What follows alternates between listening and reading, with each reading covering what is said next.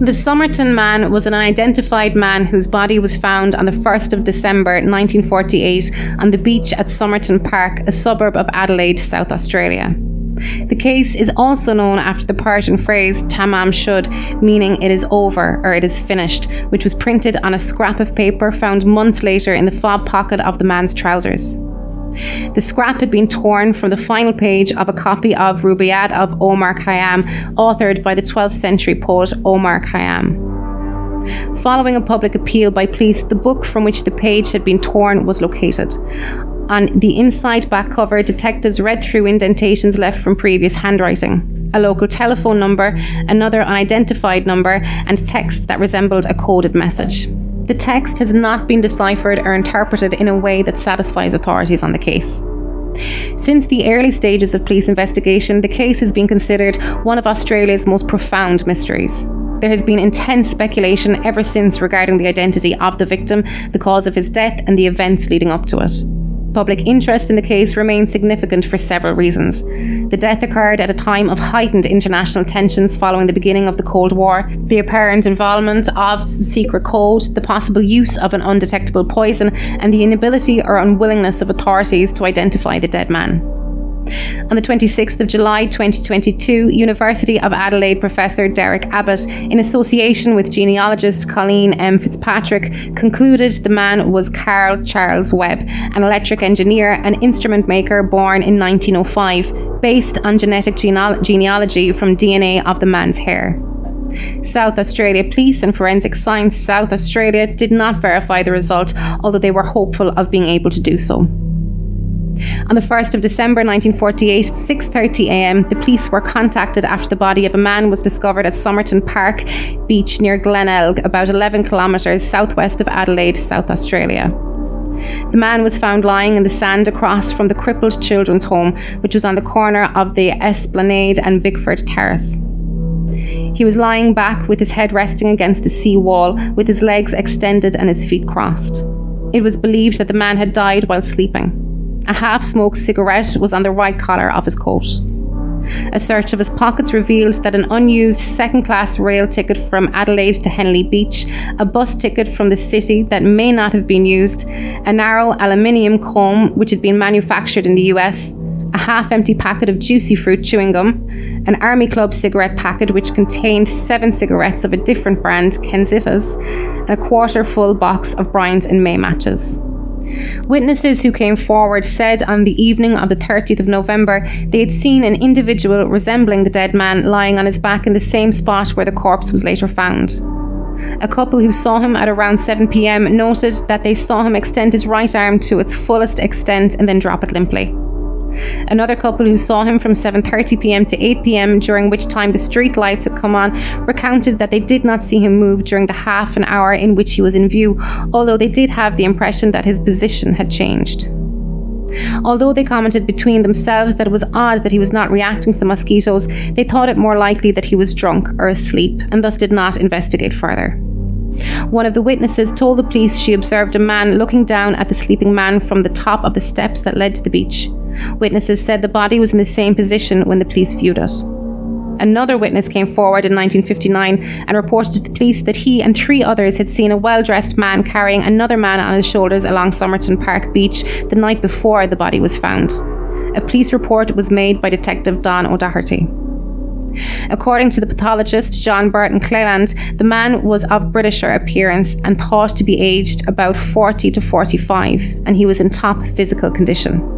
He was 180 centimetres tall, with grey eyes, fair to ginger coloured hair, slightly grey around the temples, with broad shoulders and a narrow waist, hands and nails that showed no signs of manual labour, big and little toes that met in a wedge shape like those of a dancer or someone who wore boots with pointed toes, and pronounced high calf muscles consistent with people who regularly wore boots or shoes with high heels or performed ballet.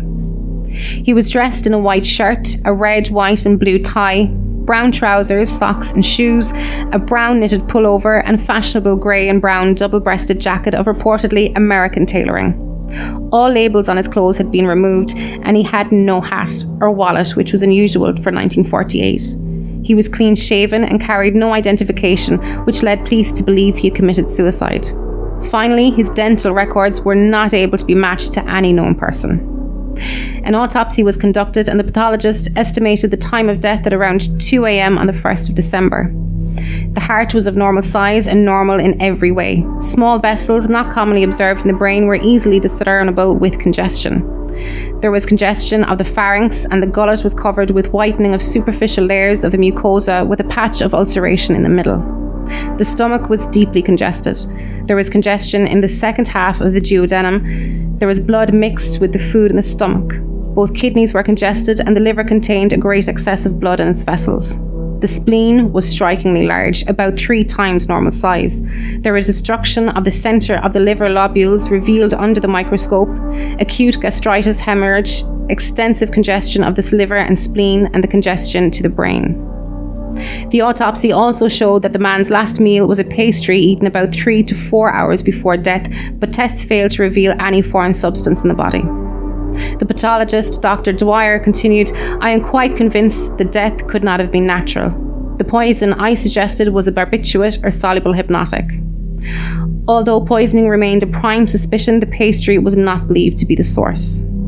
Other than that, the coroner was unable to reach a conclusion as to the man's identity, cause of death, or whether the man seen alive at Somerton Beach on the evening of 30th of November was the same man, as nobody had seen his face at the time. The body was then embalmed on the 10th of December 1948 after the police were unable to get a positive identification. The police said this was the first time they knew that such an action was needed. On the 14th of January 1949, staff at the Adelaide railway station discovered a brown suitcase with its label removed, which had been checked into the station cloakroom after 11 a.m. on the 30th of November 1948. It was believed that the suitcase was owned by the man found on the beach. In the case were a red checked dressing gown, a size 7 red felt pair of slippers, and 4 pairs of underpants, pyjamas, shaving items, a light brown pair of trousers with sand in the cuffs, an electrician's screwdriver, a table knife cut down into a short sharp instrument, a pair of scissors with sharpened points, a small square of zinc thought to have been used as a protective sheath for the knife and scissors, and a stenciling brush as used by third officers on merchant ships for stenciling cargo. Also in the suitcase was a thread card of Barber brand orange waxed thread of an unusual type not available in Australia. It was the same as that used to repair the lining in a pocket of the trousers the dead man was wearing. All identification marks on the clothes had been removed, but police found the name T. Keane on a tie, Keane on a laundry bag, and Keane on a singlet, along with 3 dry cleaning marks. Police believed that whoever removed the clothing tags either overlooked these 3 items or purposely left Keane tags on the clothes, knowing Keane was not the dead man's name. With wartime rationing still enforced, clothing was difficult to acquire at the time. Although it was a very common practice to use name tags, it was also common when buying second-hand clothing to remove the tags of the previous owners.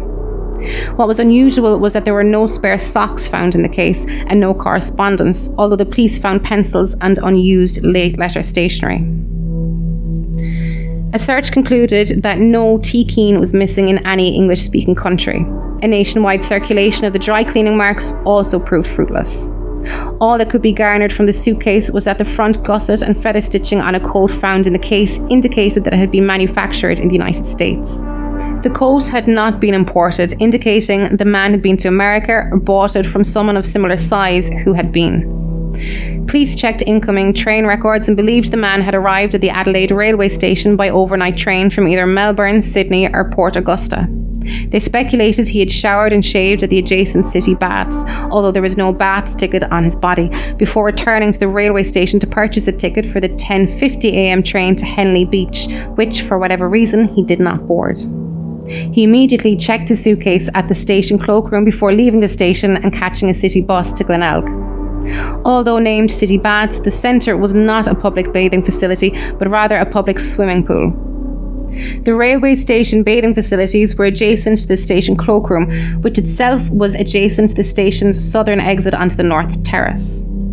The City Baths on King William Street were accessed from the station's northern exit via a laneway. There is no record of the station's bathroom facilities being unavailable on the day that he arrived.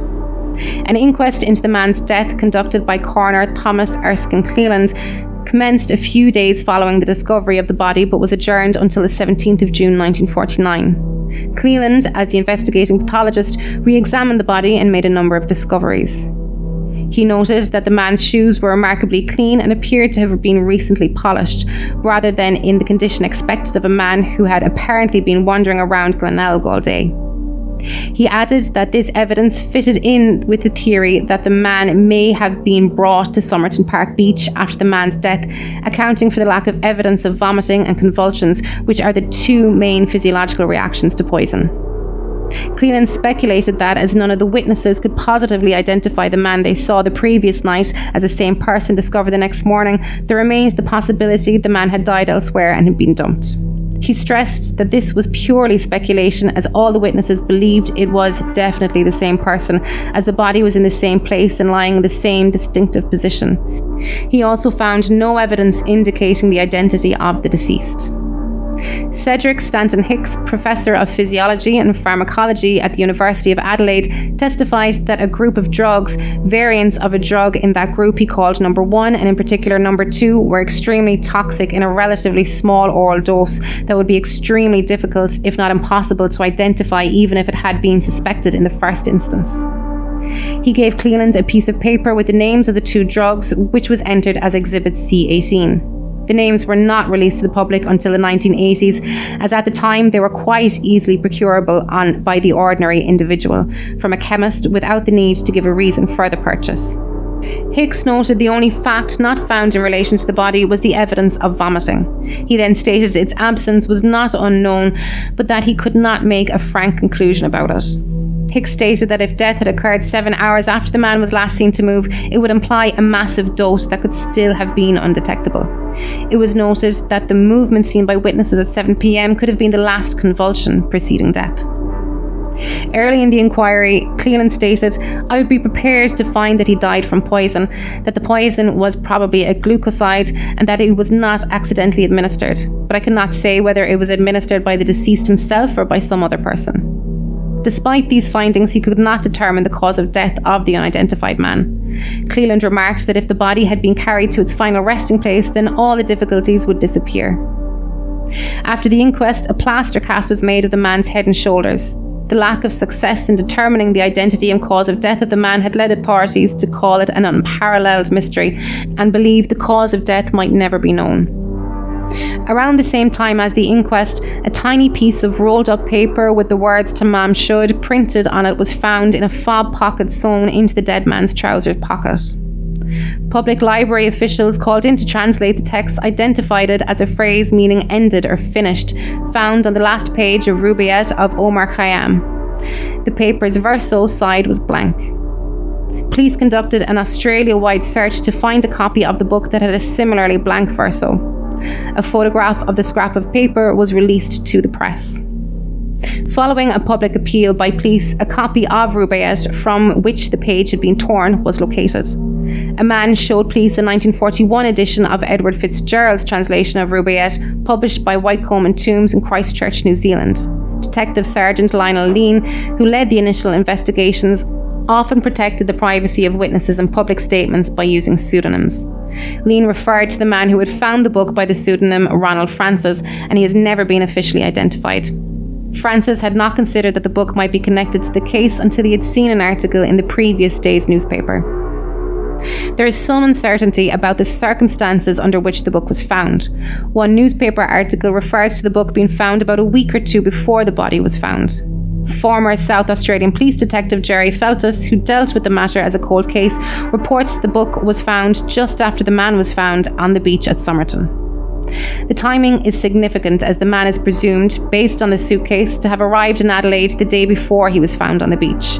If the book was found 1 or 2 weeks before, it suggests that the man had visited previously or had been in Adelaide for a longer period. Most accounts state that the book was found in an open roof car parked in Jetty Road, Glenelg, either in the rear floor well or on the back seat. The theme of Rubaiyat is that one should live life to the fullest and have no regrets when it ends. The poem's subject led police to theorise that the man had committed suicide by poison, although no evidence corroborated the theory. The book was missing the words "to ma'am should" on the last page, which had a blank reverse, and a microscopic test indicated that the piece of paper was from the page torn from the book. In the back of the book were faint indentations representing 5 lines of text in capital letters. The second line has been struck out, a fact considered significant due to its similarities to the 4th line and the possibility that it represents an error in encryption. Initially, the letters were thought to be words in a foreign language, before it was realised it was a code. Code experts were called in at the time to decipher the lines but were unsuccessful, and amateurs also attempted to crack the code. In 1978, following a request from ABC's television, journalist Stuart Littlemore, Department of Defence cryptographers analysed the handwritten text. The cryptographers reported that it would be impossible to provide a satisfactory answer.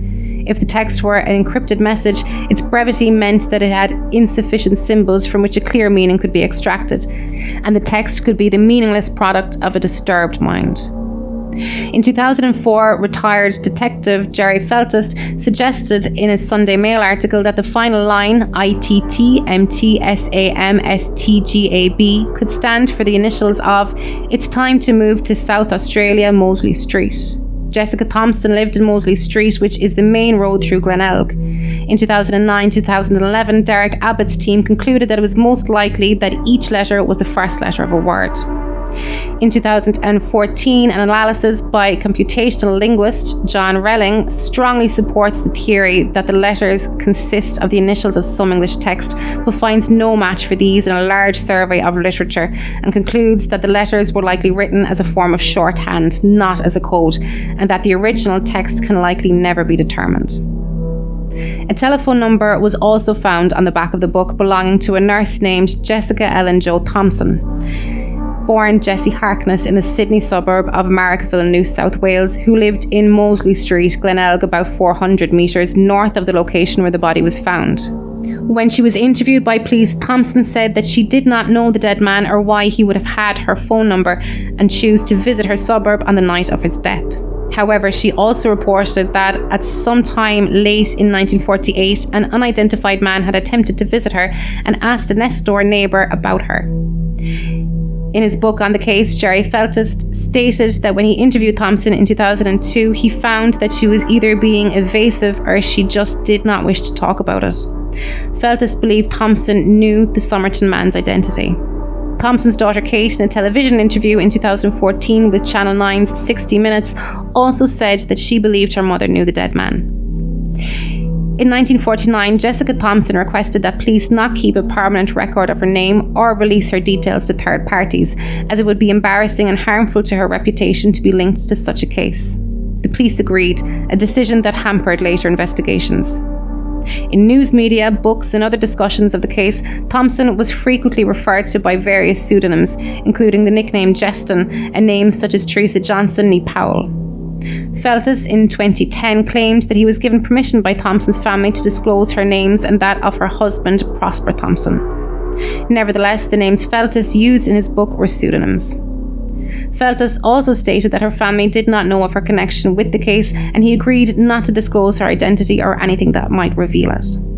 Thompson's real name was considered important because it may be the decryption key for the purported code. When she was shown the plaster cast bust of the dead man by D.S. Lean, Thompson said she could not identify the person depicted.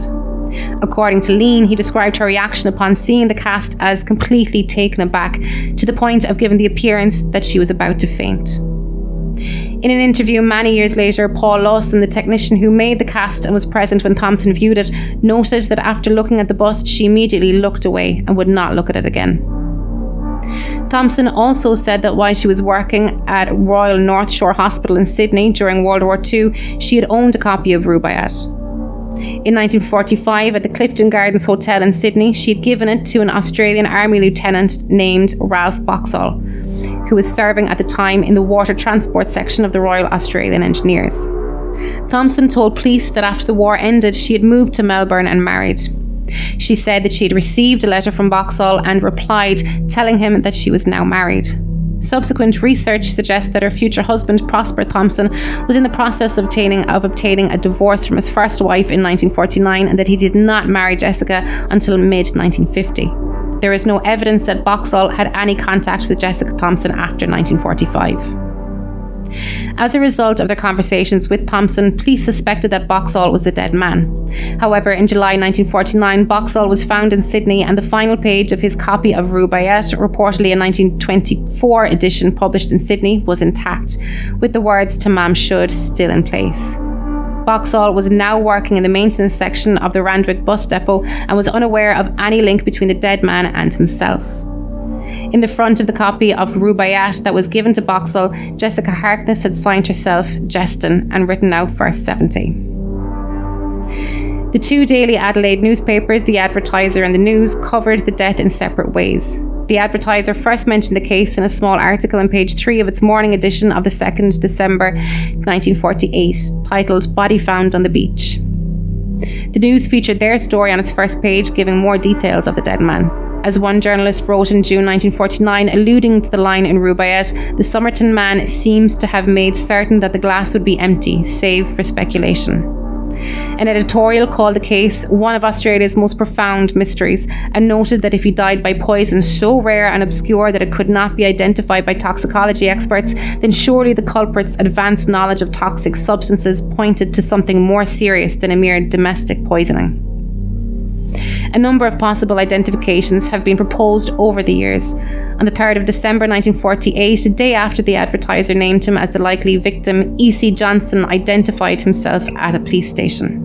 The same day, the News published a photograph of the dead man on its front page, leading to additional calls from members of the public about his possible identity. By the 4th of December, police had announced that the man's fingerprints were not on the South Australian police records, forcing them to look further afield. On 5th December, the Advertiser reported that the police were searching through military records after a man claimed to have had a drink with a person resembling the dead man at a hotel in Glenelg on the 13th of November. During their drinking session, a mystery man supposedly produced a military pension card bearing the name Solemson. In early January 1949, two people identified the body as that of 63-year-old former woodcutter Robert Walsh. A third person, James Mack, also viewed the body. Initially could not identify it, but an hour later he contacted police to claim it was Walsh. Mack stated that the reason he did not confirm this at the viewing was a difference in the colour of hair. Walsh had left Adelaide several months earlier to buy sheep in Queensland, but had failed to return at Christmas as planned. Police were sceptical, believing Walsh to be too old to be the man. However, the police did state that the body was consistent with that of a man who had been a woodcutter, although the state of the man's hands indicated that he had not cut wood for at least 18 months. Any thoughts that a positive identification could have been made were quashed. However, when Elizabeth Thompson, one of the people who had earlier positively identified the body as Walsh, retracted her statement after a second viewing of the body, where the absence of a particular scar on the body as well as the size of the dead man's legs led her to realise that the body was not Walsh. By early February 1949, there had been 8 different positive identifications of the body, including 2 Darwin men who thought the body was a friend of theirs, and others who thought it was a missing station worker, a worker on a steamship, or a Swedish man. Detectives from Victoria initially believed the man was from there because of the similarity of the laundry marks to those used by several dry cleaning firms in Melbourne. Following publication of the man's photograph in Victoria, 28 people claimed to know his identity. Victoria detectives disproved all the claims and said that other investigations indicated it was unlikely that he was from Victoria. A seaman named Tommy Reed from the SS Cycle in port at the time was thought to be the dead man, but after some of his shipmates viewed the body at the morgue, they stated categorically that the corpse was not that of Reed. By November 1953, police announced they had recently received the 251st solution to the identity of the body from members of the public who claimed to have met or known him. But they said that the only clue of any value remains the clothing that the man wore. Contemporary reports consider the connection of the death of a 2-year-old boy 6 months later. On 6th of June 1949, the body of 2-year-old Clive Magnuson was found in a sack in the Large Bay sandhills about 20 kilometres up the coast from Somerton Park. Lying next to him was his unconscious father, Keith Waldemar Magnuson. The father was taken to a hospital in a very weak condition, suffering from exposure, and following a medical examination, he was transferred to a mental hospital. The Magnusons had been missing for 4 days. The police believed that Clive had been dead for 24 hours when his body was found. The two were found by Neil McRae of Larges Bay, who claimed that he had seen the location of the two in a dream the night before. The coroner could not determine the young Magnusson's cause of death, although it was not believed to be natural causes. The contents of the boy's stomach were sent to the government analyst for further examination. Following the death, the boy's mother, Roma Magnusson, reported having been threatened by a masked man who, while driving in a battered cream car, almost ran her down outside her home in Cheapside Street, Larges North. Magnusson stated that the car stopped and a man with a khaki handkerchief over his face told her to keep away from the police or else. Additionally, a similar-looking man had been seen recently lurking around the house. Magnusson believed that this situation could be related to her husband's attempt to identify the Somerton Man, believing him to be Carl Thompson, who had worked with him in Renmark in 1939. Soon after being interviewed by police over her harassment, Magnusson collapsed and required medical treatment. J.M. Gower, secretary of the Larges North Progress Association, received anonymous phone calls threatening that Mrs. Magnusson would meet with an accident if he interfered, while A.H. Curtis, the acting mayor of Port Adelaide, received 3 anonymous phone calls threatening an accident if he stuck his nose into the Magnusson affair. Police suspect the cause may be a hoax, and the caller may be the same person who also terrorised a woman in a nearby suburb who had recently lost her husband in tragic circumstances. In addition to intense public interest in Australia during the late 1940s and early 1950s, the case also attracted international attention. South Australia police consulted their counterparts overseas and distributed information about the dead man internationally in an effort to identify him. International circulation of a photograph of the man and details of his fingerprints yielded no positive identification. For example, in the United States, the Federal Bureau of Investigation was unable to match the dead man's fingerprints with prints taken from files of domestic criminals. Scotland Yard was also asked to assist with the case, but they could not offer any insights. In 1949, the body of the unknown man was buried in Adelaide's West Terrace Cemetery, where the Salvation Army conducted the service. The South Australian Grandstand Bookmakers Association paid for the service to save the man from a pauper's burial. Years after the burial, flowers began appearing on the grave. Police questioned a woman seen leaving the cemetery, but she claimed she knew nothing of the man. About the same time, Ina Harvey, the receptionist from the Strathmore Hotel opposite Adelaide railway station, revealed that a strange man had stayed in room 21 or 23 for a few days around the time of death, checking out on the 30th of November 1948. She recalled that he was English speaking and only carrying a small black case, not unlike one a musician or a doctor might carry. When an employee looked inside the case, he told Harvey he had found an object inside the case he described as looking like a needle. On 22nd November 1959, it was reported that one E.B. Collins, an inmate of a New Zealand prison, claimed to know the identity of the man. In 1978, ABC TV, in its documentary series Inside Story, produced a programme on the Tamam Shud case titled The Somerton Beach Mystery, where reporter Stuart Littlemore investigated the case, including interviewing Boxall, who could add no new information, and Paul Lawson, who made the plaster cast of the body and who refused to answer a question about whether anyone had positively identified the body. In 1994, John Harbour Phillips, Chief Justice of Victoria and Chairman of the Victorian Institute of Forensic Medicine, reviewed the case to determine the cause of death and concluded that there seems little doubt it was digitalis. Phillips supported his conclusion by pointing out that the organs were engorged, consistent with digitalis, the lack of evidence of natural disease, and the absence of anything seen macroscopically which could account for the death. Former South Australian Chief Superintendent Len Brown, who worked on the case in the 1940s, stated that he believed that the man was from a country in the Warsaw Pact, which led to the police's inability to confirm the man's identity. The South Australian Police Historical Society holds a plaster bust which contains strands of the man's hair. Any further attempts to identify the body have been hampered by the embalming formaldehyde having destroyed much of the man's DNA. Other key evidence no longer exists, such as the brown suitcase, which was destroyed in 1986. In addition, witness statements have disappeared from the police files over the years. There has been persistent speculation that the dead man was a spy due to the circumstances and historical context of his death. At least 2 sites relatively close to Adelaide were of interest to spies: the Radium Hill uranium mine and Woomera test range, an Anglo-Australian military research facility. The man's death also coincided with the reorganisation of Australian security agencies, which would culminate the following year with the founding of the Australian Security Intelligence Organisation. This would be followed by a crackdown on Soviet espionage in Australia, which was revealed by intercepts of Soviet communications under the Venona project. Another theory concerns Boxall, who was reportedly involved in intelligence work during and immediately after World War II. In a 1978 television interview, Stuart Littlemore asks, "Mr. Boxall, you had been working, hadn't you, in an intelligence unit before you met this young woman, Jessica Harkness? Did you talk to her about that at all?" In reply, Boxall says no, and when asked if Harkness could have known, Boxall replies, "Not unless someone else told her." When Littlemore suggests in the interview that there may have been an espionage connection to the dead man in Adelaide, Boxall replies, "It's quite a melodramatic thesis, isn't it?" Boxall's Army service records suggest that he served initially in the 4th Water Transport Company before being seconded to North Australian Observer Unit, a special operations unit, and that during his time with the NAOU, Boxall rose rapidly in rank, being promoted to Lance Corporal to Lieutenant within 3 months. Prosper Thompson died in 1995 and Jessica Thompson died in 2007. In November 2013, 3 of their relatives gave interviews to Channel 9 current affairs programme 60 Minutes.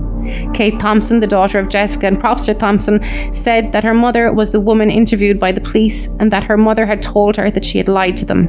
Jessica did know the identity of the Somerton Man, and his identity was also known to a level higher than the police force. She suggested that her mother and the Somerton Man may both have been spies, noting that Jessica Thompson taught English to migrants, was interested in communism and could speak Russian, although she would not disclose to Kate where she had learnt it or why. Roma Egan, the widow of Jessica Thompson's son Robin and Roma's daughter Rachel Egan, also appeared in 60 Minutes. They suggested that the Somerton Man was Robin's father and therefore Rachel's grandfather. The Egans reported lodging a new appeal with the Attorney General John Rowe to have the Somerton Man's body exhumed and DNA tested.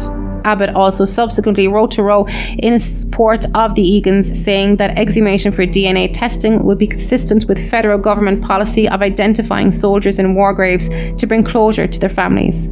Kate Thompson opposed the exhumation as being disrespectful to her brother. In October 2011, as interest in the case resurfaced, Attorney General John Rowe refused to exhume the body, stating, "There needs to be public interest reasons that go well beyond public curiosity or broad scientific interest." Feltus said that he was still contacted by people in Europe who believed the man was a missing relative but did not believe in exhumation, and finding the man's family grouping could provide answers to relatives, as during that period so many war criminals changed their names and came to different countries. In October 2019, however, Attorney General Vicky Chapman granted approval for his body to be exhumed to extract DNA for analysis.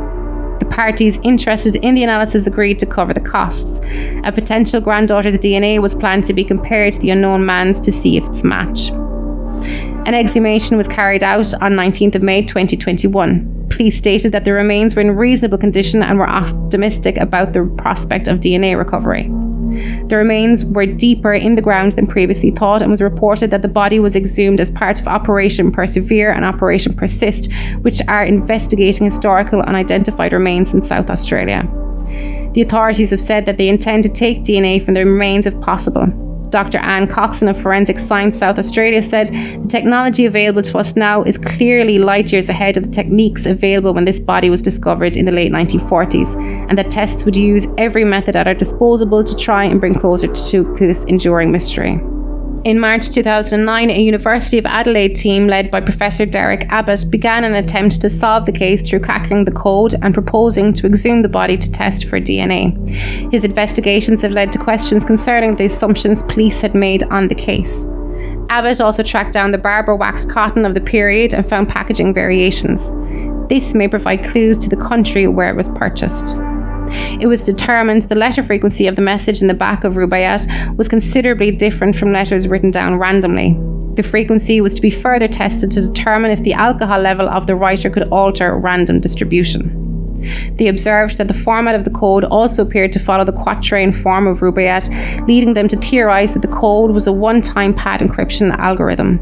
Copies of Rubaiyat, as well as the Talmud and Bible, were being compared to the code using computers to get statistical base for letter frequencies. However, the code's short length meant investigators would require the exact edition of the book used. With the original copy lost in the 1950s, researchers have been looking for a Fitzgerald edition. The team concluded that it was most likely that each letter was the first letter of a word. An investigation has shown that the Somerton Man's autopsy reports of 1948 and 1949 are now missing, and the Bar Smith Library's collection of Cleland notes do not contain anything on the case. In May 2009, Abbott consulted with dental experts who concluded that the Somerton Man had hypodontia, a rare genetic disorder of both lateral incisors, a feature present in only 2% of the general population.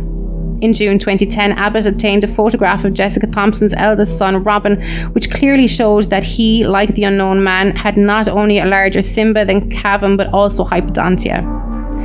The chance that this was a coincidence has been estimated as between 1 in 10 million and 1 in 20 million.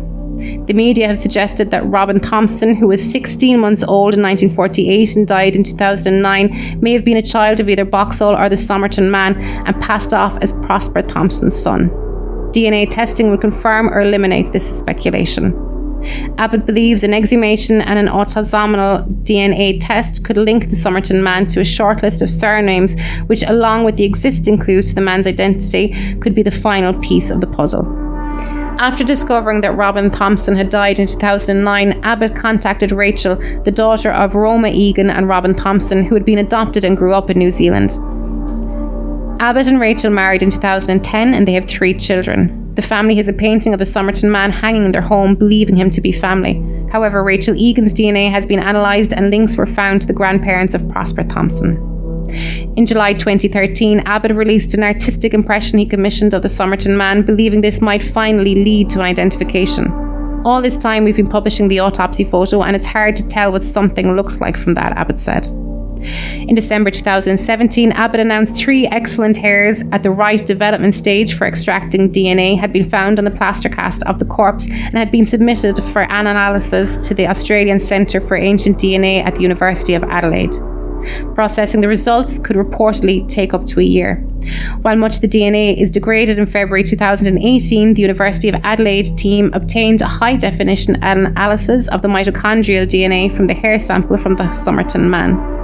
They found that the Somerton Man belonged to haplogroup H4A1A11A, possessed by only 1% of Europeans. However, mitochondrial DNA is only inherited through the maternal line and therefore cannot be used to investigate a hereditary link between Rachel Egan, Abbott's wife, and Somerton Man.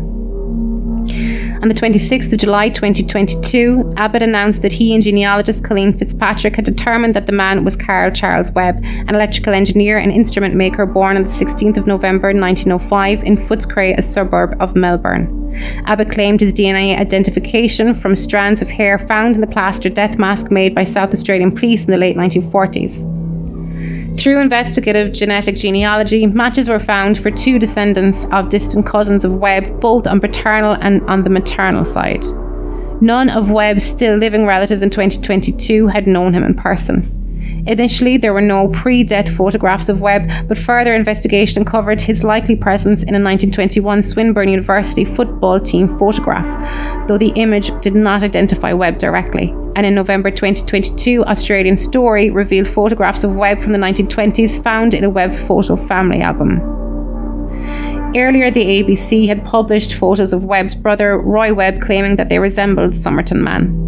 Forensic Science South Australia, who were still investigating, declined to comment on Abbott's findings. South Australia Police had not verified the result, but stated they were cautiously optimistic that this may provide a breakthrough. Carl Webb's father, Richard August Webb, had emigrated to Australia from Hamburg, Germany. He had married Eliza Amelia Morris Grace in 1892 and opened up a bakery in Victoria. Charles Webb was born on 16th of November 1905 in Footscray, a suburb of Melbourne, the youngest of 6 children of Richard and Eliza. The 3 sons would eventually work in the family bakery, and when the bakery closed down, Carl retrained as an electric instrument maker. In 1941, he married Dorothy Robertson, a pharmacist and chiropodist. The couple moved into a flat in Bromby Street, South Yarra.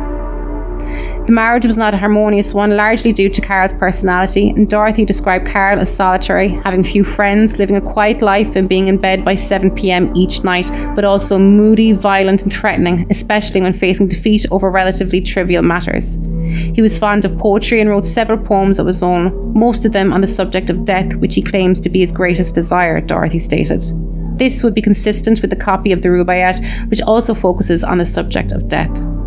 Dorothy recalled one instance in March 1946 in which her husband apparently attempted suicide with an overdose of ether. She nursed him back to health only for him to scold her for it and become more violent. In September 1946, Dorothy fled from her husband following years of physical and verbal abuse. Carl moved out in 1947 and no official records revealing his subsequent whereabouts had been found as of 2022. In 1951, Dorothy was reportedly living in Booth, South Australia, 144 kilometres from Adelaide. Abbott speculates that Carl may have gone to Adelaide intending to find her. She applied for divorce on 5th June 1951, citing desertion, and the divorce was granted in April 1952. Carl's oldest sister, Frida Grace, was married to Thomas Keane. They had a son named John who died in World War II in 1943. Carl's brother Roy also died in a prison of war camp at the same year. John's possessions included items which he implied he resided in the United States at some point, such as American coins, a map of Chicago. Frida Grace and Carl lived a 20-minute drive away from each other. This would explain why the Somerton Man was wearing clothes of American origin and with the name Keane on them. They could have been handed down to him from his brother-in-law or nephew. Abbott's research indicates Webb enjoyed betting on horses, thus the coded messages could be horse names. Derek Abbott and Colleen Fitzpatrick believe that Carl had serious mental health issues and spiraled down after losing 4 close relatives in 7 years. His history and the autopsy findings suggest he had died by suicide by poisoning himself. Other possible identifications include former Adelaide lawyer Sophie Halsman's nomination of Austrian milliner Carl Charles Joseph Halban as the Somerton Man. If you like that, then check out our Patreon, where for just $5 a month you get access to exclusive shows like Real Monsters and Playing with Bones with Amy Rose, along with early access to all our minisodes and ad-free access to the Weekend Update and It's Alive! Not convinced yet? Well, head on over now and have 7 days on us. That's a 7-day free trial for all new members. That's It's Alive Pod on Patreon. It's Alive, all the guts and go with none of the guilt. See you on Wednesdays, unless you're on Patreon when you get us all week long.